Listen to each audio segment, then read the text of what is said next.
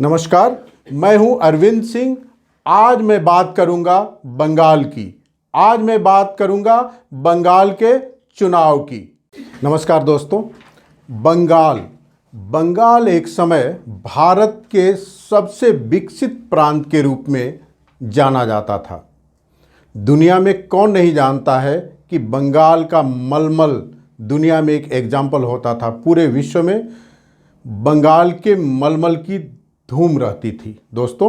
चाहे बंगाल का मलमल हो, चाहे सिल्क हो, चाहे दूसरे कपड़ा उद्योग हो, या बंगाल का नाव उद्योग हो, या बंगाल का स्टील हो, या बंगाल की चाय हो, बंगाल का धाक केवल भारत में ही नहीं तो पूरे विश्व में एक समय में होता था दोस्तों। यही कारण है कि जब अंग्रेज़ों ने इस देश पर कब्जा किया तो उन्होंने अपनी राजधानी बंगाल में कलकत्ता में बनाई, क्योंकि उनका पर्पस लूटना था और वो सर्वाधिक भारत का शोषण, भारत का सर्वाधिक दोहन बंगाल में रहकर कर सकते थे दोस्तों। केवल अंग्रेजों ही नहीं तो थोड़ा यदि हम पीछे चलें तो मुगल काल में सबसे ज़्यादा मुगलों को कर जिस प्रांत से आता था तो वह प्रांत कोई और नहीं था, वह प्रांत था बंगाल। और दोस्तों, आप देखेंगे कि भारत के लोकगीतों में भी इसका चित्रण हुआ है। भारत के लोकगीत भी इस बात की गवाही देते हैं कि बंगाल इस देश में सदियों तक अग्रणीय प्रांत के रूप में रहा है, अग्रणीय प्रांत के रूप में जाना और पहचाना जाता रहा है दोस्तों। भारत के लोकगीतों में बंगाल का चित्रण एक रोजगार प्रदाता प्रांत के रूप में हुआ है, जहाँ पे एक गीत आप लोगों ने सुना होगा, बहुत सारे गीत हैं कि रेलिया बैरन भई हमार, यानी रेलगाड़ी एक स्त्री की सौतन हो गई है, बैरिन हो गई है। क्यों? क्योंकि उस रेलगाड़ी से उस स्त्री का पति उस स्त्री को छोड़कर रोजगार के लिए बंगाल जा रहा है। तो लोकगीत भी गवाही देते हैं कि बंगाल बहुत समृद्ध रहा है इस देश में। लेकिन दोस्तों, उम्मीद थी कि भारत जब स्वतंत्र होगा तो बंगाल का जो विकास है, जो बंगाल की समृद्धि है, उसमें और चार चांद लगेगा। लेकिन दुर्भाग्य से आज़ाद होने के बाद बंगाल को जहां आगे जाना था वहीं बंगाल उल्टा पीछे चला गया। सबसे बड़ा दुर्भाग्य तो ये था कि कांग्रेस के गलत नीतियों के कारण बंगाल टूट गया और बंगाल का एक बड़ा हिस्सा विदेशी भूभाग हो गया, आज जिसे बांग्लादेश के नाम से हम जानते हैं। यही नहीं तो बंगाल में उद्योग धंधों का जिस तरह से विकास होना था वो विकास नहीं हुआ, और बंगाल की जो जनता है, जो समृद्ध थी, जो दूसरों को रोज़गार देती थी, वो रोज़गार देने में असमर्थ सिद्ध होने लगी। और 1977 में जब इस देश में वामपंथियों की सरकार बनी बंगाल में, उसके बाद तो बंगाल की स्थिति बद से बदतर होती चली गई। जहां बंगाल दूसरे स्टेट के लोगों को रोज़गार देता था, वहीं बंगाल में रोज़ हड़ताल, रोज़ धरने, औद्योगिकरण के खिलाफ कानून, उद्योगों के खिलाफ माहौल, इन सब चीज़ों का बोलबाला हो गया और कम्युनिस्टों ने बंगाल को कबाड़ा बना दिया। कम्युनिस्टों ने बंगाल को तबाह करके रख दिया। कम्युनिस्टों ने जहां बंगाल स्वर्ग हुआ करता था उसको नर्क में बदलने में कोई भी कोर कसर नहीं छोड़ा। और एक ज़माने में, एक समय में जब बंगाल में लोग रोज़गार के लिए जाते थे, उसी बंगाल के लोग अपने रोज़गार के लिए पूरे देश में दर दर भटकने लगे। और दोस्तों, 30 वर्षों तक बंगाल वामपंथ के कुचक्र में, वामपंथ के कुव्यवस्था में, वामपंथ के शोषण में पिसता रहा और दर्द को झेलता रहा। लेकिन एक समय आशा के किरण के रूप में बंगाल के जनता को नजर आई ममता बनर्जी। ममता बनर्जी ने आवाज़ उठाया वामपंथ के खिलाफ। ममता बनर्जी ने आवाज़ उठाया बंगाल में हो रहे शोषण के खिलाफ, और भारतीय जनता पार्टी ने भी ममता दीदी को सपोर्ट किया। और उनको लगा कि ये बंगाल की नेता हैं, आंदोलन करने का मद्दा है इनके अंदर, ये कम्युनिस्टों के खिलाफ आवाज़ बुलंद कर सकती हैं, सफल हो सकती हैं। भारतीय जनता पार्टी ने भी ममता दीदी को सपोर्ट किया, बंगाल के जनता ने भी सपोर्ट किया। और एक समय आया कि ममता ने बंगाल के वामपंथी सरकार को उखाड़ फेंका और बंगाल में मुख्यमंत्री की कुर्सी पर बैठी। लेकिन बंगाल का दुर्भाग्य रुका नहीं, जारी रहा। बंगाल ने चुना था ममता बनर्जी को दीदी के रूप में, लेकिन दुर्भाग्य से ममता बनर्जी केवल अपने भतीजे की बुआ बन के रह गई। ममता बनर्जी अपने भतीजे के प्यार में इतनी अंधी हो गई कि अपने ही पार्टी के बड़े बड़े नेताओं की उपेक्षा करने लगी। वे नेता जो बंगाल में उनके संघर्ष के साथी थे, वे नेता जो बंगाल में उनके साथ कदम से कदम मिलाकर चले थे, वे नेता जो बंगाल के संघर्ष में अपने जान की परवाह नहीं करके ममता बनर्जी के साथ खड़े होते थे, वे सारे नेताओं की उपेक्षा करने लगी, केवल और केवल इसलिए कि अपने भतीजे अभिषेक को स्थापित कर सके।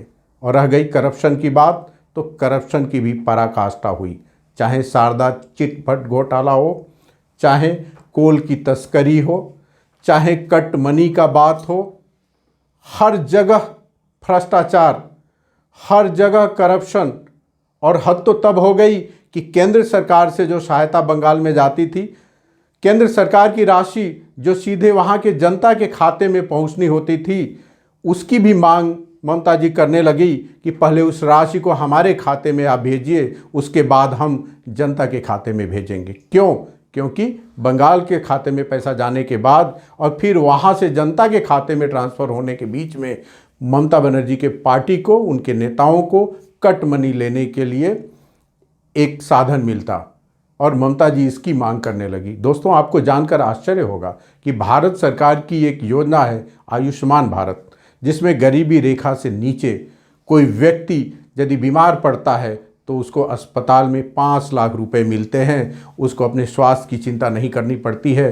5 लाख तक का इलाज हॉस्पिटल फ्री में करता है और उस रकम का भुगतान सरकार करती है।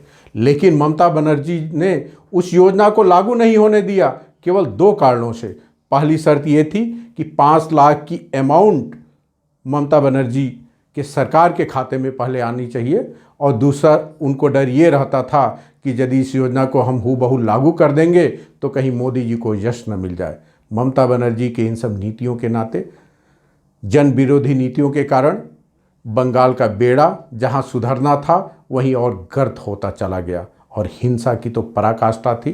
एक समय में ममता बनर्जी अवैध घुसपैठ का विरोध करती थी। एक समय ऐसा था जब लोकसभा में ममता बनर्जी ने घुसपैठ के खिलाफ पेपर फाड़ के सदन में स्पीकर के आसन पे फेंक दिया था। वही ममता बनर्जी बंगाल में मुख्यमंत्री होने के बाद ये मांग करने लगी कि घुसपैठिए बाहर नहीं जाएंगे, घुसपैठिए यहीं रहेंगे, और घुसपैठियों का वोट के अधिकार देने लगी और वोट के अधिकार की वकालत करने लगी। क्यों? क्योंकि उनको लगा कि घुसपैठिए एक खास वर्ग से संबंधित हैं, घुसपैठिए एक खास वर्ग के हैं और उनका वोट ममता जी को मिलना तय है। इसलिए वोट के लालच में विदेशी घुसपैठियों का समर्थन और ऐसे शरणार्थी जो देश में नियम कानून के तहत आए हुए हैं, उसको नागरिकता देने का जो बिल केंद्र सरकार लाई थी CAA, उसका विरोध करने लगी ममता जी। तो जो शरणार्थी हैं, जो लीगल तरीके से देश में आते हैं, उनका विरोध, और जो देश में इलीगल तरीके से आते हैं घुसपैठिए, उनका समर्थन, ये ममता बनर्जी की नीति हो गई। और दोस्तों, आपको जानकर आश्चर्य होगा कि बंगाल की जो भूमि है दुर्गा पूजा की भूमि है, सरस्वती पूजा की भूमि है, लेकिन ममता बनर्जी के शासनकाल में दुर्गा पूजा के लिए और सरस्वती की जो प्रतिमा निकलती है उसके यात्रा के लिए लोगों को कोर्ट तक जाना पड़ा, कोर्ट से परमिशन लेना पड़ा, तब जाके बंगाल सरकार उनको इजाज़त देती थी कि हाँ, आप दुर्गा पूजा कर सकते हो, हाँ, सरस्वती का जुलूस निकाल सकते हो। और 2 साल पहले दुर्गा पूजा का जुलूस निकालना था, लेकिन ममता बनर्जी के सरकार ने इसलिए मना कर दिया क्योंकि उसी दिन मुहर्रम भी पड़ रहा था। ममता जी को लगा कि यदि मुहर्रम के दिन दुर्गा पूजा का जुलूस निकलेगा तो अल्पसंख्यक उनसे नाराज़ हो जाएंगे और उनके वोट में कमी आ जाएगी। कोर्ट ने जब हस्तक्षेप किया तब मजबूर होकर बंगाल की सरकार को इजाज़त देना पड़ा। तो मैं केवल इतना ही कहना चाहूँगा कि एक समय बंगाल जो भारत का शिरमौर हुआ करता था, हर क्षेत्र में कला के क्षेत्र में, साहित्य के क्षेत्र में, व्यापार के क्षेत्र में, उद्योग के क्षेत्र में वो आज पिछड़ गया है। और भारतीय शासक जिनसे अपेक्षा थी कि बंगाल को आगे ले जाएंगे, उन्होंने विपरीत काम किया और बंगाल को पीछे ले गए।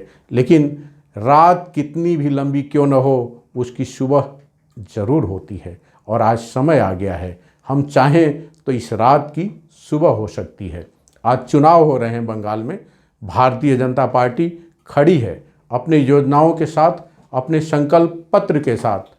भारतीय जनता पार्टी ही बंगाल में एकमात्र ऐसी पार्टी है जिसके पास कार्यक्रम भी है, संकल्प भी है और लीडरशिप भी है और कर गुजारने का मद्दा भी है।